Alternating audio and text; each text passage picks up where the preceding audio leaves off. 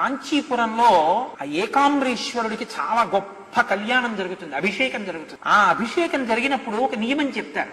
ఏకాంబరేశ్వరుడికి రాత్రి కళ్యాణం జరుగుతుంది. కాంచీ పట్టణంలో ఏకాంబరేశ్వరుడికి కళ్యాణం జరుగుతున్నప్పుడు ఇక ఎవరైనా పెళ్లి చేసుకోవడానికి ముహూర్తం ఉండదు. అప్పుడు చుట్టుపక్కల ఊళ్ళ నుంచి, జనపదాల నుంచి, పల్లెటూళ్ళ నుంచి వచ్చేసి పురోహితులు ఉండరు. కొన్ని వేల మంది దంపతులు మంటపాలు ఉండవు, కళ్యాణ మంటపాలు ఉండవు. చిన్న చిన్న దర్భాసనాలు, చాపలు వేసేసి కూర్చుంటారు. మొత్తం ఆలయ ప్రాంగణం చుట్టుపక్కల అంతా కూడా కూర్చుంటారు. లోపల సర్వేశ్వరుడు జీలకర్ర బెల్లం పెడుతున్నాడంటారు, ఇక్కడ జీలకర్ర బెల్లం పెట్టుకుంటారు. అన్ని చోట్ల మైక్రోఫోన్స్ మోగుతుంటాయి. ఆయన మంగళసూత్రం కడుతుంటారు, ఇక్కడ మంగళసూత్రం కడతారు. ఆయనకి దివ్య కళ్యాణానికి ముందు అభిషేకం జరుగుతుంది ఏకాంబరేశ్వరుడికి. ఆ అభిషేకం చూసి తీరాలంటారు. అది తదియ నాడు జరుగుతుంది, శుద్ధ తదియ. ఆ తదియ నాడు చైత్రమాసంలో చేస్తారు. చేసినప్పుడు మీరు ఇక్కడ ఆకాశంలో తదియనాటి చంద్రరేఖని చూస్తే కాంచీపురంలో అభిషేకం ఆనాడు జరుగుతున్నటువంటి ఏకాంబరేశ్వరుని యొక్క అనుగ్రహం కలుగుతుందని. ఎందుకంటే శివస్వరూపం చంద్రరేఖగా ఉంటుంది. కాంచీపురంలో మీకు ఎవరైనా బాగా తెలుసున్న వాళ్ళు ఉంటే